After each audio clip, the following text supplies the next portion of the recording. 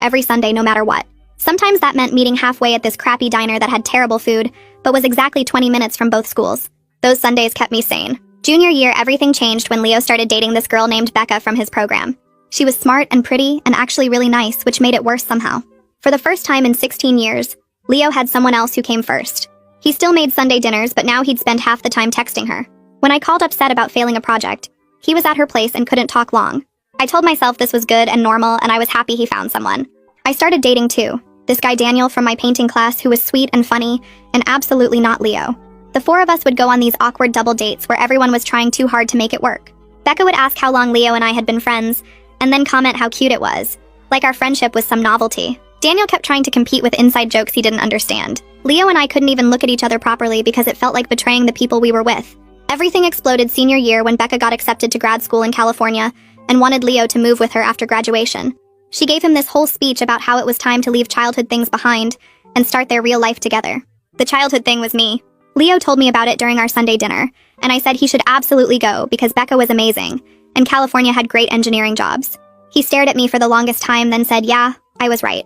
That night, I went back to my dorm and cried until my roommate threatened to call health services. Daniel broke up with me 2 weeks later, saying I was clearly in love with someone else, and he deserved better than being second choice.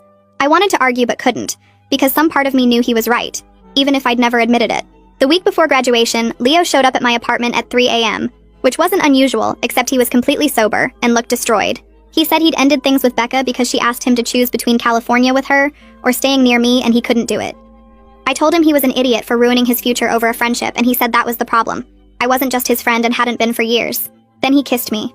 I pulled back from the kiss, and my whole body felt like it was shaking.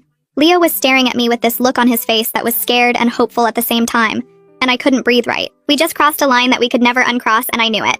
My brain was trying to find the perfect thing to say, but all that came out was asking if he really broke up with Becca for me. He nodded like it was the most obvious answer in the world, and I felt my stomach flip.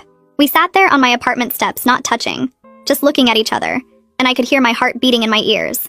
His hair was messy, and he had this tired look around his eyes like he hadn't slept in days. I wanted to kiss him again and run away at the same time.